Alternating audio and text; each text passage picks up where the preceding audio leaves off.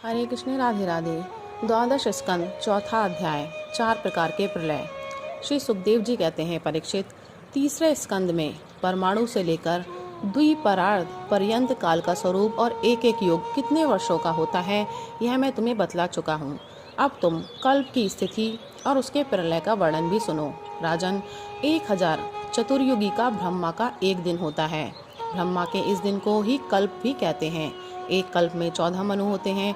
कल्प के अंत में उतने ही समय तक प्रलय भी रहता है। प्रलय को ही ब्रह्मा की रात भी कहते हैं। उस समय ये तीनों लोग लीन हो जाते हैं, उनका प्रलय हो जाता है। इसका नाम नैमित्तिक प्रलय है। इस प्रलय के अवसर पर सारे विश्व को अपने अंदर समेटकर लीन कर ब्रह्मा और तत्पश्चात शेषशायी भगवान नारायण भी शयन कर जाते हैं। इस प्रकार रात के बाद दिन और दिन के बाद रात होते होते जब ब्रह्मा जी की अपने मान से 100 वर्ष की और मनुष्य की दृष्टि में 2 परार्थ की आयु समाप्त हो जाती है, तब महतत्व, अहंकार और पंच तन्मात्रा, ये सातों प्रकृतियां अपने कारण मूल प्रकृति में लीन हो जाती हैं। राजन, इसी का नाम प्राकृतिक प्रलय है। इस प्रलय में प्रलय का कारण उपस्थित होने पर पंचभूतों के मिश्रण से बना हुआ ब्रह्मांड अपना स्थूल रूप छोड़कर कारण रूप में स्थित हो जाता है, घुल मिल जाता है। परीक्षित, प्रलय का समय आने पर 100 वर्ष तक मेघ पृथ्वी पर वर्षा नहीं करते, किसी को अन्न नहीं मिलता। उस समय प्रजा भूख प्यास से व्याकुल होकर एक दूसरे को खाने लगती है। इस प्रकार काल के उपद्रव से पीड़ित होकर धीरे धीरे सारी प्रजा क्षीण हो जाती है।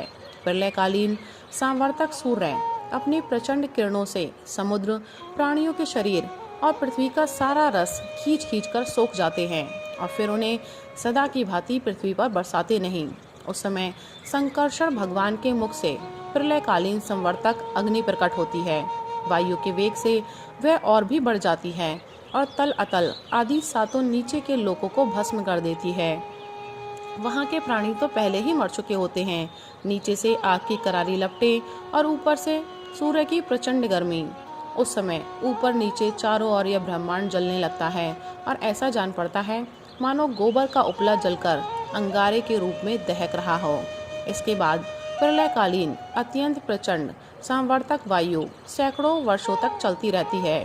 उस समय का आकाश धुएं और धूल से तो भरा ही रहता है। उसके बाद असंख्यों रंग बिरंगे बादल आकाश में मंडराने लगते हैं और बड़ी भयंकरता के साथ गरज गरज कर सैकड़ों वर्षों तक वर्षा करते रहते हैं। उस समय ब्रह्मांड के भीतर का सारा संसार एक समुद्र हो जाता है, सब कुछ जलमग्न हो जाता है। इस प्रकार जब जल प्रलय हो जाता है, तब जल पृथ्वी के विशेष गुण गंध को ग्रस लेता है, अपने में लीन कर लेता है। गंध गुण के जल में लीन हो जाने पर पृथ्वी का प्रलय हो जाता है। वह जल में घुल मिलकर जल रूप बन जाती है। राजन, इसके बाद जल के गुण रस को तेज स्तंभ ग्रस कर लेता है और जल नीरस होकर तेज में समा जाता है। तदनंतर वायु तेज के गुण रूप को ग्रस लेता है और तेज रूप रहित होकर वायु में लीन हो जाता है। अब आकाश वायु के गुण स्पर्श को अपने में मिला लेता है और वायु स्पर्शहीन होकर आकाश में शांत हो जाता है। इसके बाद तामस अहंकार आकाश के गुण शब्द को ग्रस लेता है और आकाश शब्दहीन होकर तामस अहंकार में लीन हो जाता है। इसी प्रकार तेजस अहंकार इंद्रियों को और वैकारिक अहंकार इंद्रिया अधिष्ठात देवता और इंद्रिय वृत्ति को अपने में लीन कर लेता है। तत्पश्चात महतत्व अहंकार को और सत्व आदि गुण महतत्व को ग्रस लेते हैं। परीक्षित, यह सब काल की महिमा है। उसी की प्रेरणा से अव्यक्त प्रकृति गुणों को ग्रस लेती है और तब केवल प्रकृति ही प्रकृति शेष रह जाती है। वही चराचर जगत का मूल कारण है। वह अव्यक्त, अनादि, अनंत, नित्य और अविनाशी है। जब वह अपने कार्य को लीन करके प्रलय के समान साम्य अवस्था को प्राप्त हो जाती है, तब काल के अवयव, वर्ष, मास, दिन रात, क्षण आदि के कारण उसमें परिणाम, क्षय, वृद्धि आदि किसी प्रकार के विकार नहीं होते। उस समय प्रकृति में स्थूल अथवा सूक्ष्म रूप से वाणी, मन, सत्वगुण, रजोगुण, तमोगुण, महतत्व आदि विकार, प्राण, बुद्धि, इंद्रिय और उनके देवता आदि कुछ नहीं रहते। सृष्टि के समय रहने वाले लोगों की कल्पना और उनकी स्थिति भी नहीं रहती। उस समय स्वप्न, जागृत और सुषुप्ति, ये 3 अवस्थाएं नहीं रहती। आकाश, जल, पृथ्वी, वायु, अग्नि और सूर्य भी नहीं रहते। सब कुछ सोए हुए के समान शून्य सा रहता है। उस अवस्था का तर्क के द्वारा अनुमान करना भी असंभव है। उस अव्यक्त को ही जगत का मूलभूत तत्व कहते हैं। इसी अवस्था का नाम प्राकृत प्रलय है। उस समय पुरुष और प्रकृति दोनों की शक्तियाँ काल के प्रभाव से क्षीण हो जाती हैं और विवश होकर अपने मूल स्वरूप में लीन हो जाती हैं। परीक्षित, अब आत्यंतिक प्रलय अर्थात मोक्ष का स्वरूप बतलाया जाता है। बुद्धि, इंद्रिय और उनके विषयों के रूप में उनका अधिष्ठान ज्ञान स्वरूप वस्तु ही भासित हो रही है। उन सबका तो आदि भी है और अंत भी, इसलिए वे सब सत्य नहीं हैं। वे दृश्य हैं और अपने अधिष्ठान से भिन्न उनकी सत्ता भी नहीं है, इसलिए वे सर्वथा मिथ्या माया मात्र हैं। जैसे दीपक, नेत्र और रूप ये तीनों तेज से भिन्न नहीं हैं, वैसे ही बुद्धि, इंद्रिय और इनके विषय तन्मात्राएं भी अपने अधिष्ठान स्वरूप ब्रह्मा से भिन्न नहीं हैं। यद्यपि वे इनसे सर्वथा भिन्न हैं। जैसे रज्जु रूप अधिष्ठान में अध्यस्त सर्प अपने अधिष्ठान से पृथक नहीं है, परंतु अध्यस्त सर्प से अधिष्ठान का कोई संबंध नहीं है। परीक्षित, जागृत, स्वप्न और सुषुप्ति ये तीनों अवस्थाएं बुद्धि की हैं। अतः इनके कारण अंतरात्मा में जो विश्व, तेजस और प्राज्ञ रूप नानात्व की प्रतीति होती है, वह केवल माया मात्र है। बुद्धिगत नानात्व का एकमात्र सत्य आत्मा से कोई संबंध नहीं है।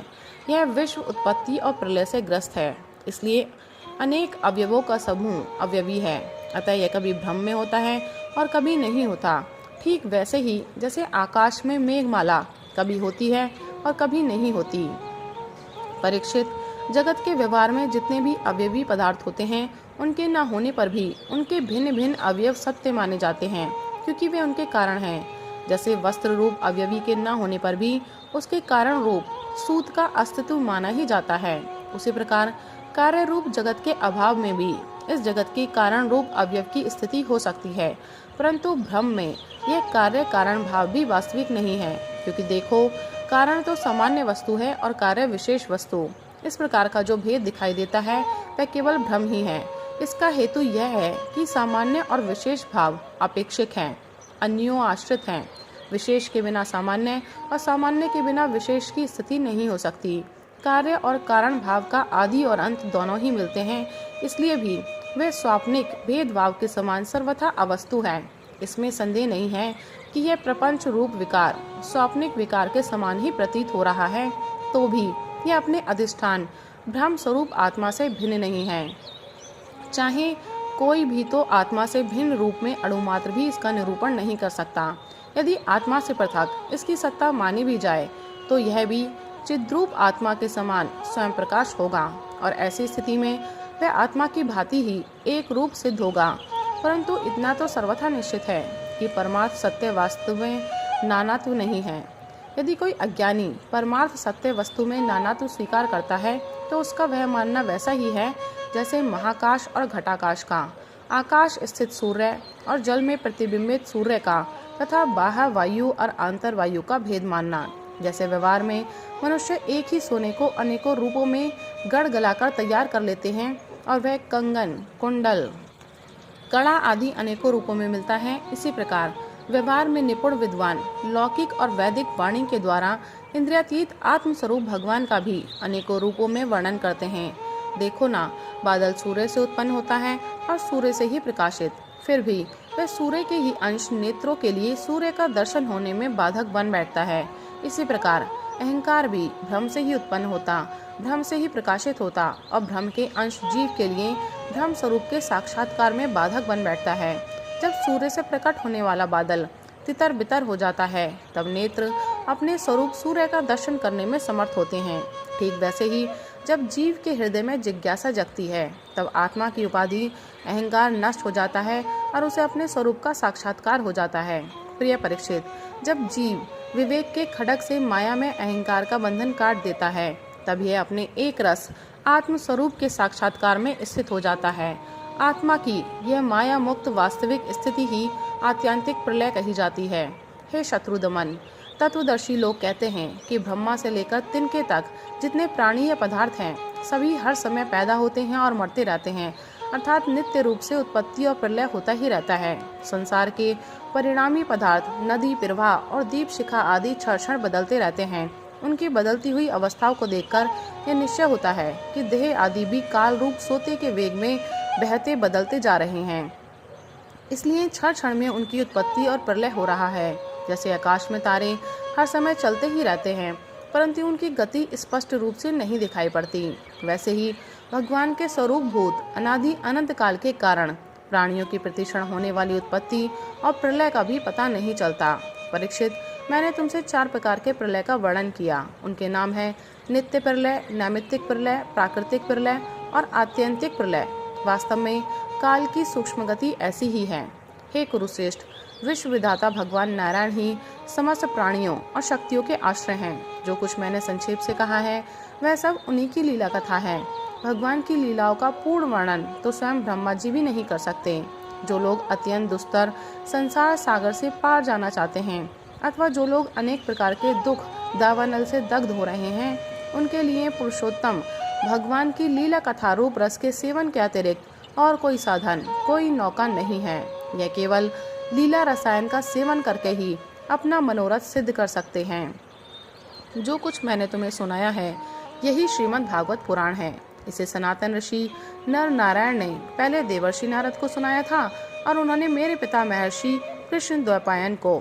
महाराज, उन्हीं बद्रीवन विहारी भगवान श्री कृष्ण द्वैपायन ने प्रसन्न होकर मुझे इस वेद तुल्य श्री भागवत संहिता का उपदेश किया। कुरुश्रेष्ठ, आगे चलकर जब शौनकादि ऋषि नैमिषारण्य क्षेत्र में बहुत बड़ा सत्र करेंगे, तब उनके प्रश्न करने पर पौराणिक वक्ता श्री सूत जी उन लोगों को इस संहिता का श्रवण कराएंगे। राधे राधे, हरे कृष्ण।